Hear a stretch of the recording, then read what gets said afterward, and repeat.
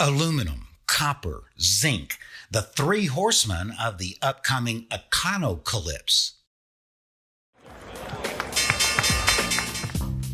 I'm Bob Stokes with Elliott Wave International. It may seem strange to bring up deflation when surveys show that inflation is the public's number one worry, but who would have thought that inflation would become a big issue, say just 2 years ago? Right, a relatively small percentage of people. The point is, things can unexpectedly change fast. Consider the price of commodities. The Goldman Sachs Spot Commodity Index hit a high on March 8th, and so did the Bloomberg Commodity Index. Crude oil futures made an intraday high on March 7th and a closing high on March 8th.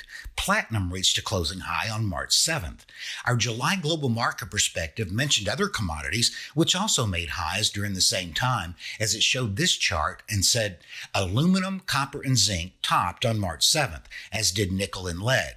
The significant price decline since March 7th and 8th suggests a burgeoning slowdown in world economic activity and may mark a tipping point from inflationary pressures to deflationary ones. So you see why deflation is not such a far-fetched notion after all.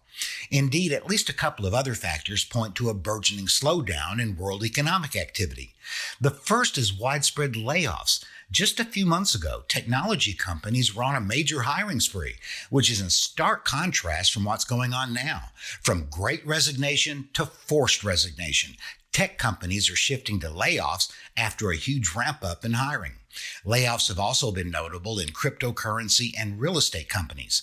Another indication of a global economic slowdown can be summed up in this headline from FreightWaves, a supply chain industry information company.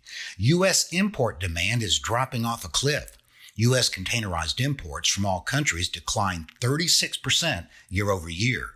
Get more insights into global economies and commodities by reviewing our global market perspective. Get started by clicking the link below this video.